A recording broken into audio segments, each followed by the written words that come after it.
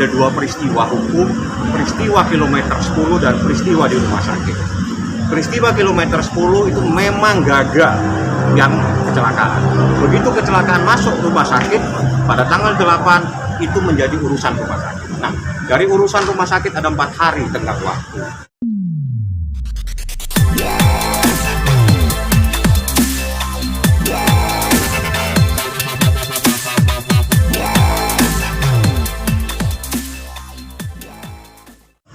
Sudah jelas ya, bagaimana saya urai satu peristiwa-peristiwa itu, di mana memang ada dua peristiwa hukum, peristiwa kilometer 10 dan peristiwa di rumah sakit.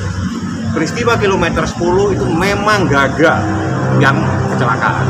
Begitu kecelakaan masuk rumah sakit pada tanggal 8 itu menjadi urusan rumah sakit. Nah, dari urusan rumah sakit ada 4 hari tenggat waktu. Apa yang terjadi itu bukan menjadi urusannya gagal. Gagak hanya melakukan kelalaian menyebabkan kecelakaan di kilometer 10. Nah, setelah itu masuk rumah sakit, dari rumah sakit tanggal 15 baru dilakukan operasi. Jadi silakan masyarakat bisa menilai apa yang telah dilakukan Gagak. Apakah memang dia yang melakukan semua yang menyebabkan seseorang itu semakin parah lukanya. Anda semua lihat semua tadi, saya uraikan satu persatu peristiwanya, dan memang tidak ada tindakan-tindakan. Yang lebih parah lagi, dia tidak punya alat, tapi kenapa membiarkan berhari-hari? Begitu ketahuan ada dislok, dia punya tulang belakang, baru dirujuk ke rumah sakit lain. Kenapa nggak dari awal-awal? Seperti itulah. Jadi silakan nanti, yang penting saya beberkan semua. Ada kelalaian, ada kesalahan Gagak, tapi tidak semua itu adalah kesalahannya Gagak. Seperti itu. Beliau tetap pada tuntutannya gimana nih, Pak? Ya silakan, kalau menuntut itu sah-sah saja, tapi yang punya hak memutus itu adalah hakim. Hakim sudah kita beberkan semua, semuanya kita sampaikan secara tegas bahwa ini loh persoalannya, bahwa ini loh kejadiannya. Makanya saya memberikan penjelasan ada dua peristiwa hukum. Berkali-kali saya coba. Mungkin Anda baru memahami ya, peristiwa kilometer 10 dan peristiwa di rumah sakit. Itu beda persoalan. Bang, JPU nuntut 4,6 bulan karena Gagak sopan dan masih muda, itu gimana nih Bang? Kalau saya tidak nanggapin yang begitu lah ya. Kalau nuntut itu sah-sah saja. Jadi kalau saya melihat itu menjadi haknya jaksa untuk menuntut. Saya hanya melihat bagaimana jaksa itu menguraikan terbukti atau tidaknya Gagak melakukan perbuatan yang menyebabkan seseorang semakin parah. Dia tidak bisa buktikan. Yang bisa terbukti Gagak lalai, celaka iya.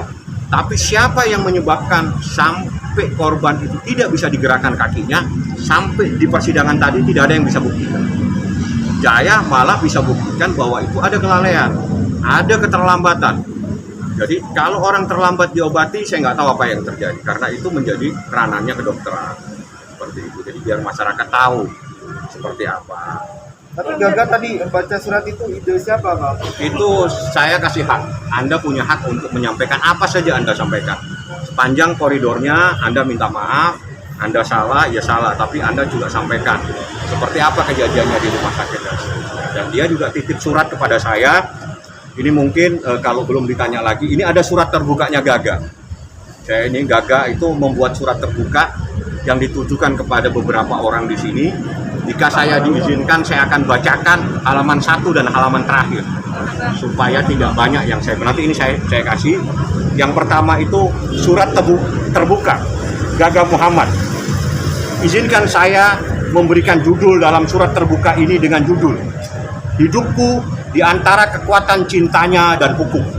Surat terbuka ini saya tujukan untuk yang tertutup mata hatinya, untuk yang pernah tersakiti dan penyebar fitnah, kepada mereka yang masih terbuka mata hatinya, untuk para sahabat rekan-rekan media.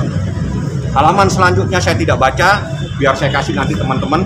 Saya bacakan permintaan terakhir dari Gagak.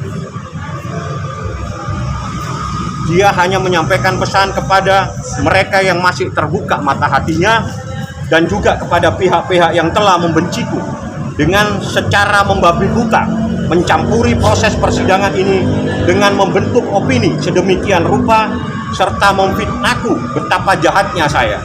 Dengan ini saya meminta maaf dan sekaligus mendoakan agar para pembenciku diberi hidayah oleh Allah. Pada kesempatan ini pula izinkan saya ingatkan sebagai berikut, ya. Saya bacakan, nanti Anda putus saja. Ya, Gaga bilang, silakan membenciku, tapi janganlah kebencianmu kepadaku mengakibatkan dirimu kehilangan iman sehingga tidak lagi mempercayai musibah adalah takdir dari Allah. Yang dua, silakan membenciku, tapi kebencian dengan nalar dan logika, bukan kebencian dengan menaburkan fitnah yang keji melalui media sosial. Saya ingatkan, janganlah Anda menari-nari di atas penderitaan keluarga Laura Anna dengan panjat sosial serta mencari panggung untuk mengkais rezeki dengan menaburkan abu jenazahnya di media sosial milikmu yang mengakibatkan almarhum Laura Anna tidak tenang dalam kematiannya. Saya ingatkan, kita semua adalah manusia yang tidak akan mampu mengatur takdirnya sendiri. Terima kasih atas segalanya, mohon maaf atas segala kekurangan. Jakarta 10 Januari, Gaga Muhammad. Kalau Anda mau foto ininya nggak apa-apa. Ini adalah pesannya dia. Ya, sebentar ya. Ini lebih bagus Anda ini pesan dan tanda tangannya dia kan biar jelas. Nanti saya kasih, saya banyak ini. Dan ini pesan dia supaya saya membacakan. Tahan bang, bang jangan goyang-goyang bang. Hah? Tahan. Gini. Ya, siapa? Dari sini ke sini Bang ya. Gini lagi. Ya. Gini dulu. Udah, kamu ikut aja lah. Maju dulu kanan kiri gitu. Yang mau minta dalam bentuk file saya kirim. Aku mau Bang. Ya nanti ke sana saya kirim dalam